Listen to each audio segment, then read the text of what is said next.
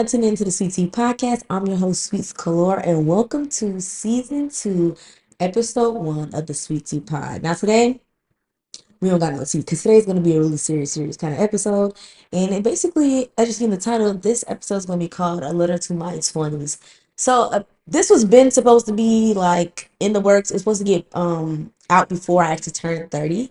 So if you didn't know, I am 30. My birthday was September 3rd. I went to Africa and Greece to celebrate my 30th birthday, and it was nothing short of amazing. Okay, period. But yeah, I wanted to do this video prior to just to give, my last week or whatever in my 20s, final farewell. But we here. It's November, so it's been a little minute since my birthday, but we made it. We made it. Yeah, we here. So yeah, this is gonna be a letter to my 20s. I had my friends reach out to a lot of my friends and told them to ask me a question about something I would ask myself or tell myself or advice I would give myself in my 20s, looking back now or whatever. So yeah, I'm using my phone today. I should have wrote my cards down, but y'all, I'm gonna tell y'all something. It took everything in me to get to this video. I've been so freaking busy. It's been literally ridiculous. I've been in a funk and I didn't want to come on the camera not in good spirits. So I was like, okay, today's a good day. I'm in good spirits. I'm happy.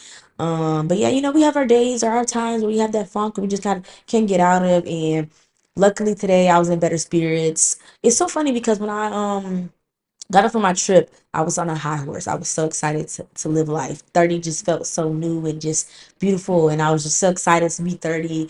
And it lasted for a while. But I don't know what happened this month in November.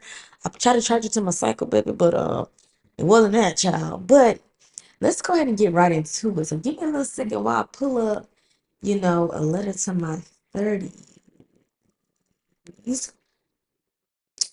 Hold on now.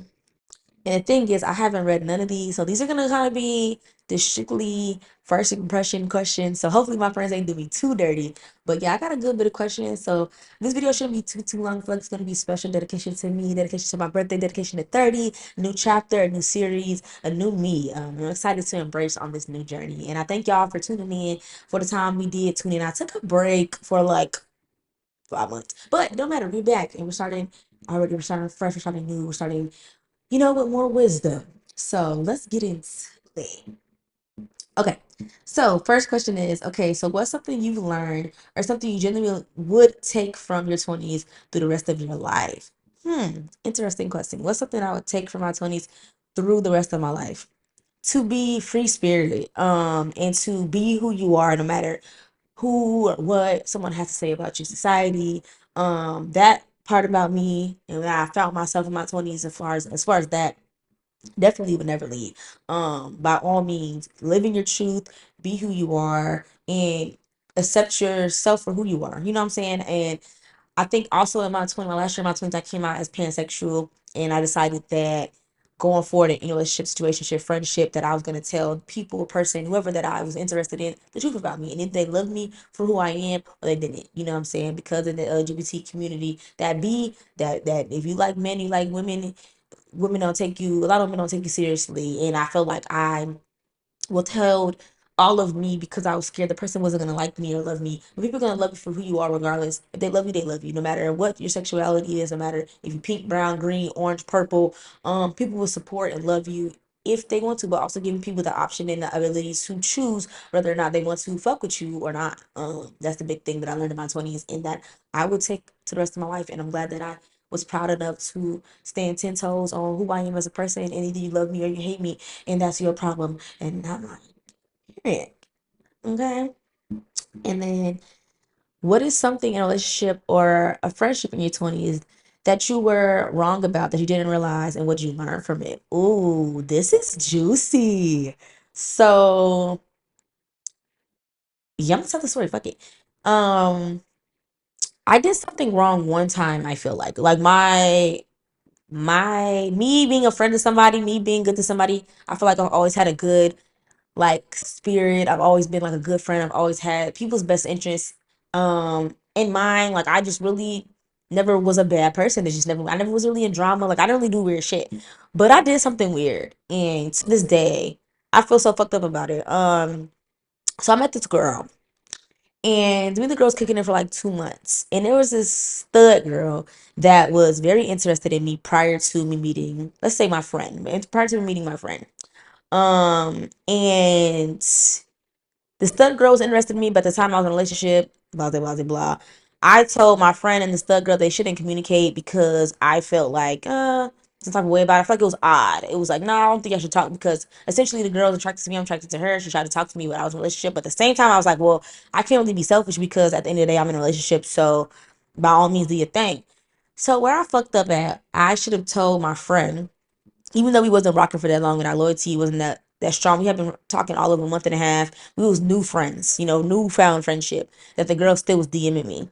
I didn't tell the girl. I was talking to the stud, trying to tell her basically like, I don't think we should communicate. I don't want to be weird to my friend, but essentially I ended up being weird to her because I didn't communicate effectively. Or I should have told her immediately when the stud DM'd me that the girl was trying to talk to me. I didn't. And I engaged in conversation with that girl, communicated with that girl and never told the friend. Me and the friend ended up stopping talking before me and the stud girl even talked heavy. But still I should have told her that the girl was still trying to talk to both of us essentially. I felt that wasn't a girl's girl in that moment. And that shit shaped my life forever. Like I would never motherfuckers is weird, we snitching immediately. So for that, I apologize and I would never do no weird shit like that again. That was weird to me and I should have spoke up immediately. But we're human. Things happen. Flesh be getting the best of us sometimes. It was not right for that situation. I was completely wrong. And I would never, ever, ever do that shit again. Like I'm saying, I'm snitching immediately. As soon as somebody that tries to talk to my friend hit me in the DM, I'm telling. I'm screenshotting like, bitch, this bitch is a weirdo. But yeah, tell on me. Um, are you truly happy with yourself? Meaning not having a partner or nothing, just yourself. I am completely in love with myself, who I am as a person, my spirit, my character, my drive, just everything about me just speaks life into people. I do love myself. I'm happy who I am as a person. I do feel like there's things that I need to grow from as far as past traumas that are cause me to be super angry that I need to work through. But other than that, I'm pretty happy. I'm working on myself actively often because what I'm saying, I'm a certified retired crash out, and that girl is no longer going to be here in my 30s. I'm taking it day by day to work on my anger, and also to stop people pleasing because I feel like I people pleased a lot and I put other people's needs and feelings above my own, and I'm no longer doing that because if I can't be happy with myself, or if I'm basically everybody else is happy, but I'm not happy, then I'm doing myself a disservice. Like I can't be pouring into other people or appeasing everybody else's attitude or appeasing everybody else, make sure they're good, and now and internally I'm destructing myself. Like no, I said I'm hanging that up in my 20s. The people pleasing, the over exerting myself, giving to people too much energy, giving people second, third, fourth chances. No, that is done. And I feel like because I'm taking those steps to putting myself first, and I don't even think that's being selfish, putting myself first prior to not putting everybody else's feelings, putting my feelings before everybody else's feelings. Because I wasn't doing that before. It really helped my mental health. And yes, I'm happy in the places that I'm going and the way I'm changing and becoming a strong, beautiful black woman. Okay? Period. So let's get into the next one. Um, what was the main theme of your 20s? Meaning outside of minor obstacles, what do you think your 20s was meant to show you? Ooh, my 20s was meant to show me that struggle don't last forever. Um, the 20s is where you go through the most trials and tribulations, where you learn a lot, where you bump your head a lot. You go through a lot of ups and downs. And I feel like it showed me to be resilient and that basically, like I said, that trouble don't last forever and there's always light at the end of the tunnel, that it seems like it's the end of the world, but baby, you wake up and you deserve to strive to have a better day tomorrow. But yeah, I feel like it taught me how to save money. It taught me how to value myself in relationships. It taught me how to love myself as a person. It taught me that when you don't agree with something, you speak up for yourself. You don't let people run you over. You be strong and and love yourself through it all, through everything that you've been through everything that you're going to go through the times you weren't your best self, the times you did something fucked up. You learn from your mistakes and you move forward. You take that, put it in your pocket, and you never do it again. That's what I feel like my 20s is meant to show me, like to be a good, how to be a good person. Um, what are some of those reoccurring experiences that were uncomfortable but needed to enlighten you that you can go differently? This ties into the theme, so it's like a two-part question. What are some of those reoccurring experiences that were uncomfortable but needed to be enlightened? Uncomfortable experiences. I guess just within, I feel like within friendships, I appease people a lot, like I said, and I would allow them for the sake of a friendship. I wouldn't like be mad at my friend. I wouldn't take it to heart. I wouldn't. I feel like our relationship mattered more, but then I realized that when the shoe was on the other foot, motherfuckers ain't care for me as much as I care for them. Motherfuckers ain't care for the sake of our friendship as much as I care for the sake of our friendship. Like it wasn't that deep, but it's that deep to them. When it was my turn to have done something that they didn't like, or I had an attitude, or they were bothered by my actions, I got no grace. I got no grace. So this taught me to be like, I'm gonna treat you how you treat me. I'm gonna act accordingly to how you treat me. Um, so if you're not going, you're not bending your back, you ain't breaking bread, you ain't doing the same things that I would do for you. There's no way in a million years I would ever do that shit for you. You know what I'm saying? At all. You ain't doing it for me. I ain't doing it for you. But basically, yeah, just being that person that everybody can knock over the head and punch in the face and tell me I'm this and that. But when it's your turn to have some accountability, you can't take none.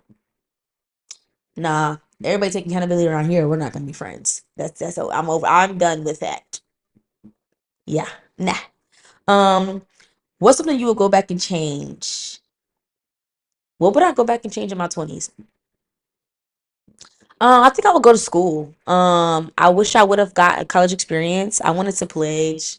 Um, yeah, like just having that college experience. And what else would I go back and change? I think I would go back and yeah, I think that's pretty much the biggest thing I'll go back. I think anything that I experienced, even the ups and the downs, the bad parts, the ugly parts, made me who I am today. And that's a beautiful person. So sometimes you got to go through the trials and tribulations and grow through those growing pains. And when you come out through that, you'll be a better person. You know. So a lot of things humbled me, and that's not necessarily a bad thing. But you know, you can be on a high horse, a hiatus, whatever, and not hiatus, but be on a high horse and thinking your shit don't stink. And sometimes shit doesn't knock you back down and give you some reality. Like your shit stinks too. Your shit not all roses. It don't smell like roses. Okay, when you shit, your shit stinks too. So, yeah, just and it taught me how to be a better person and to be see shit for in other people's eyes. I guess you know. So I feel like that. Um. What advice would I give myself in my 20s?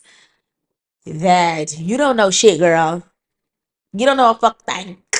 Um, yeah, 21 and 22 and 23, you thinking you got life all figured out. By 27, 28, you in a totally different mental space. The things you thought you knew when you fresh, you know what I'm saying, out of high school, fresh into, I don't know, the army or whatever. Girl, please. Girl, please. You don't know shit. And it does not seem that way. It seems like in your 24s, you're like, yeah, I got my life together. I'm squared away. I X, Y, and Z. Girl, by the end of that, or the end of your 20s, like, damn. To look back and think of how naive my mind was, like, it's you got a lot of learning to do. It's gonna be a beautiful process, but you don't know it all. It you ain't once you get like I said close to your 30, you like damn, yeah, what the fuck. Um, what was your biggest mistake and what did you learn from it? My biggest mistake I feel like was my biggest mis- I don't want to say mistake, but it kind of was. I mean, it's a mistake. My biggest mistake was getting pregnant. Um, and that's a sensitive topic for me. But yeah, like just the way it happened, because I had been so careful in my life with that, because kids was always a sensitive subject for me because of my childhood and just being financially stable and wanting to have a plan that I never would have thought in a million years that I would get pregnant at 28 or 29, 28, 29. I don't know. I never in be in a situation that I had to get an abortion. At the end of the day, I did not regret my decision at all. Don't regret my decision. I feel like I made the best decision for my life. However, the process of it all, having to deal with that, the trauma that comes with that, is so shitty to deal with, and it's gonna something you have to deal with for the rest of your life. You know, I will go back and not be so careless with my actions and my decisions. So that's my biggest mistake, is just being careless in that situation. And now I have to deal with something for the rest of my life that is so heavy. It's always going to be heavy. It's a heavy topic. It's a heavy situation, and it's heavy on my heart to this day. And it's been a year. Um, December the 9th, I would have a 1 year old. That's crazy. I'll have a full one. December 9th, I was gonna have a 1 year old. So my life would have been completely different. I would not still be in Korea. I would have been in the States. Hey, I probably would have got out the army. But yeah, that's to me what my biggest mistake was. My biggest accomplishment in my 20s. Biggest accomplishment in my 20s. My brands, my YouTube, my business, the SweetsColour company, like, yeah, all that. Being a staff sergeant in the military, getting my dream car, um, yeah, like being able to sustain a lifestyle that I love, being influential to young men and women that join the army, women looking up to me. Like, my influence has changed people's lives, and it's a beautiful thing. And I love that I have a beautiful spirit, and that I'm able to change people's lives. Like, people come to me all the time, like, you even social media changed my life. I joined the army because of you. I woke up today because of you. I was having a bad day, and you just changed my whole outlook on a lot of stuff. Like, my light. My biggest accomplishment is the fact that my light never dim, no matter what I went through. But yeah, my influence, my brand, my business, my babies, the podcast, all that to me is an accomplishment. Was getting married young worth it? Fuck no. Fuck no. That shit was stupid. I wasn't ready to get married. Don't get married if you're in the military just for the fuck of it. Make sure you really love that person and want to be with that person. Don't just be out here just out here just getting married for the fuck of it. If you don't love that person, you don't cry when they propose, don't do that shit. But if you young and you in love and you young and know this is your person, by all means I support getting married and being happy. That's not what I'm saying. But as far as getting married just to go to the next dude station together, oh, don't ever do that shit, okay? That shit's crazy. Um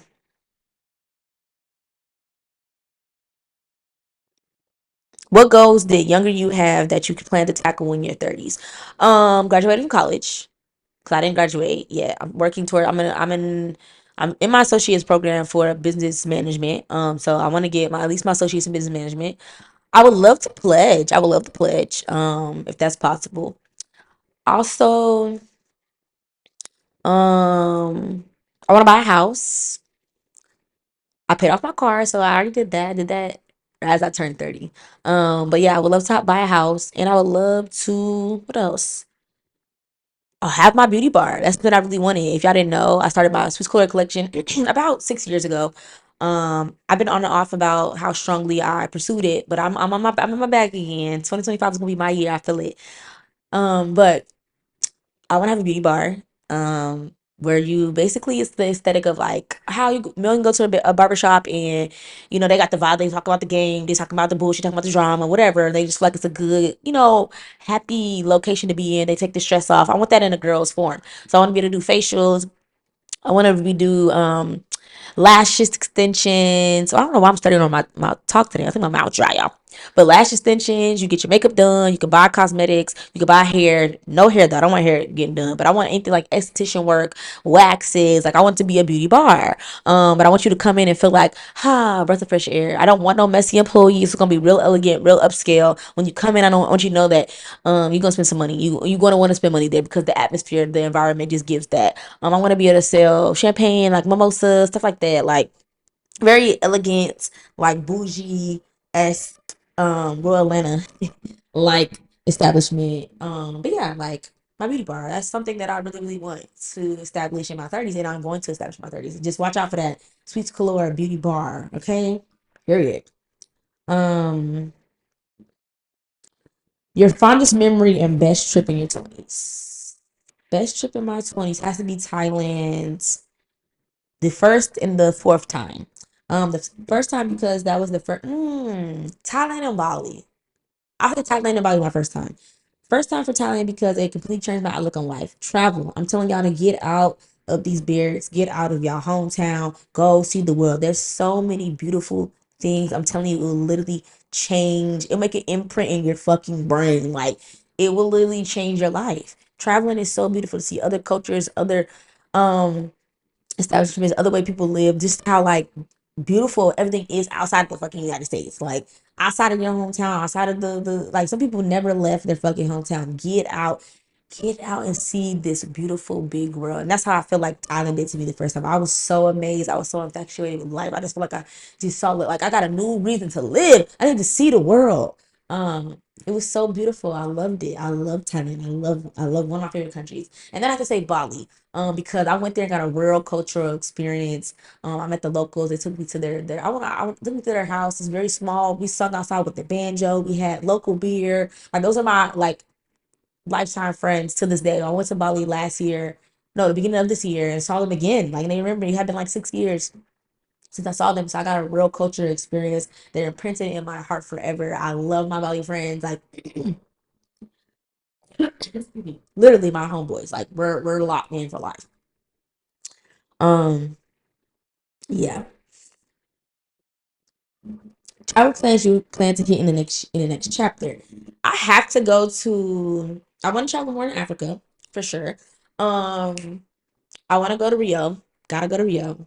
I'm really obsessed with London, and they tell me like when you talk about a place or hear a place or like something in your head, you're supposed to go there. Something's supposed to happen there. So I don't know what's gonna happen in London, but something's supposed to happen in London because I'm really drawn to London. Like I'm excited to go. I'm definitely going there because y'all know, or if you don't know, I'm going to Germany next. So I'm gonna be all over fucking Europe. Like I'm gonna see everything, and I'm super excited about that chapter. I'm actually very fucking nervous, but it's gonna be a beautiful thing, and hoping that this will be my last contract in the military. So I'm gonna go see everything I want to see and use Uncle Sam for what Uncle Sam used me for. Okay.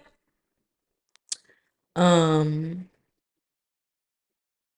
three nice things you want to say to yourself, your future self. Three nice things I want to say to my future self. That when things get rough, or you know what, there's something I can say to myself right now because this is how I feel right now. Like I said, I was on my high horse and I was super excited about turning 30. And I'm gonna get a little emotional because I feel like this is something that's on my spirit right now. What I'm dealing or feeling heavy about. I feel very stagnant. And a lot of people tell me like, no, you're doing great. Like you still influence me, but I feel like in my career, unfortunately, I don't want to cry because I have somewhere to go after this. But unfortunately, I got my first look for E7 and I didn't get a good number. And it kind of shocked me because I wasn't expecting that because I work my ass off. And anybody that knows me, I work my ass off in this army life. When it comes down to soldiers, like I love what I do. And to get the number that I received on my OML really shocked me and humbled me a lot. And it hurt a lot because I feel like I deserve it. I feel like I worked my ass off. I deserve it. I went through a lot in this career. If you've been following me, you know I went through some trials and tribulations in this army life.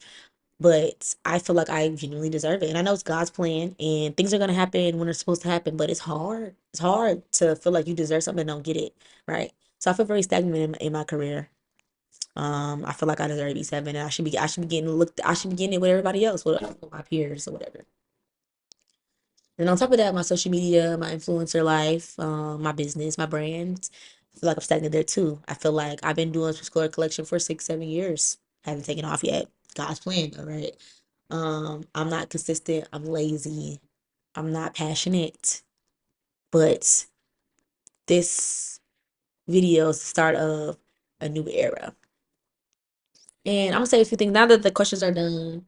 For the most part, I think I got them all. Let me see. Yeah, I pretty much got the gist of them.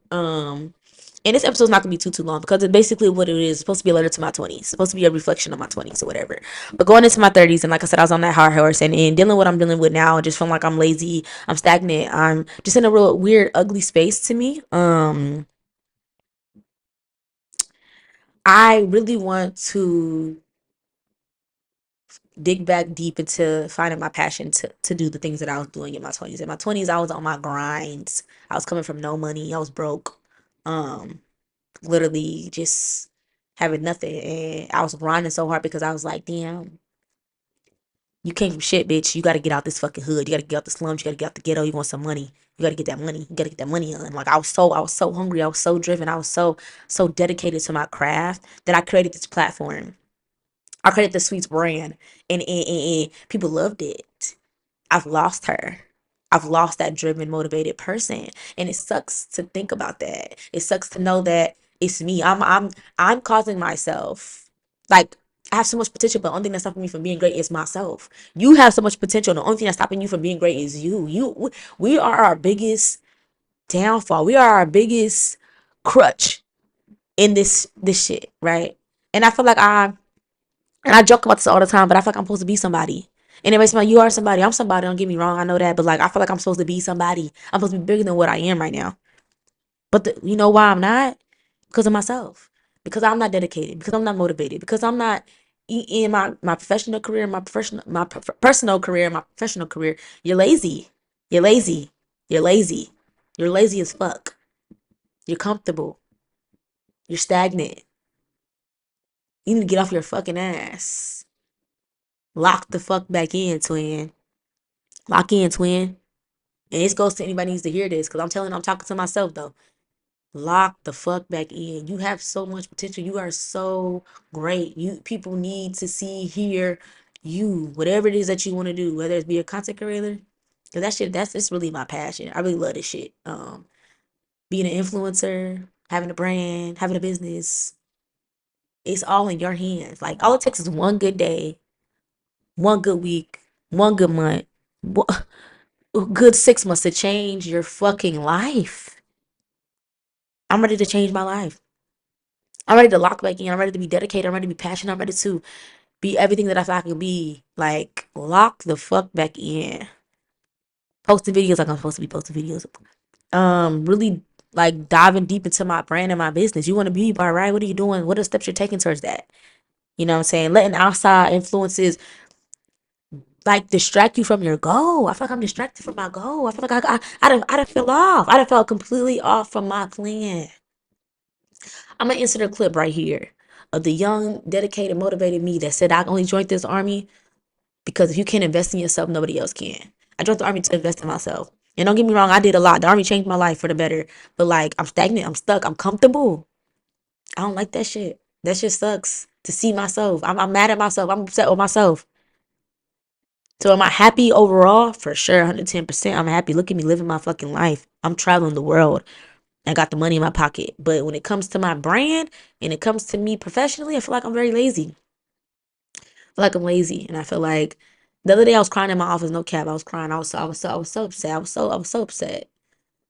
Cause I started looking like, damn, what the fuck have you been doing with your life? What the fuck have you been doing, bro? Outside influences have completely taken over my brain. And I refuse to continue to be lazy. I refuse to continue to be in a funk. I refuse to continue to be stagnant. That's it. I'm done. Today, before the new year, Sweets is back on her motherfucking Zoom, in her bag, jumping in the bag, jumping out the bag. Like, I need y'all to help me hold me to it. We need Military Mondays. We need Weekly Vlog Wednesdays. We need the Sweet Tea Podcast on Saturdays. That's the plan.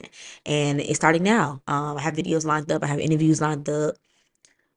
But yeah, to anybody out there that's watching and listening, because I'm really gonna wrap this up. It's supposed to be a quick episode. Just re coming back out with episode 2 of the Sweet Tea Pod. I mean, season 2 of the Sweet Tea Podcast. But to anybody out there that's feeling discouraged or that's feeling like giving up, don't give up. Don't give up. We are our biggest crutch. We are our biggest enemies. You can do it. I can do it. We can do it. We can do it together. One step at a time, one day at a time, one month at a time, one week at a time, whatever. 2 months, whatever. Next thing you know, you have completely changed your life. Don't give up. Stay true to your dreams. And if you completed one dream, go to the next dream. But you're not too old. You're not too young. You're not washed up. It's not over. Every day that you wake up, you have another day to make an impact. You have another day to have time. Don't get stuck in when everybody else is doing their shit. And I'm talking to myself too. Just because somebody else is getting it, be happy for them. Clap for them. Be proud of them. Your day, your time is going to come. And when it comes, it's going to pay off. Whether it's financially, whether it's with a job, whether it's with the business, whether it's with a brand, your day is going to come. And when it comes, it's going to be beautiful. But God's going to give it to you when He's ready. When you can handle it. When you're ready. When you're driven. When you're motivated. When you're in your bag. When you're actually working for it. Shit not just going to fall in your lap. Shit is not going to fall in your lap. You got to meet God halfway. You can't just pray for things to change and you're not doing nothing to change your situation. So right now, me, you, and everybody else watching, we meeting God halfway from this day forward. This day forward, I mean God halfway, and I feel like my life's about to change. Once I lock in, I'm gonna change my life again. I did it once, I can do it again.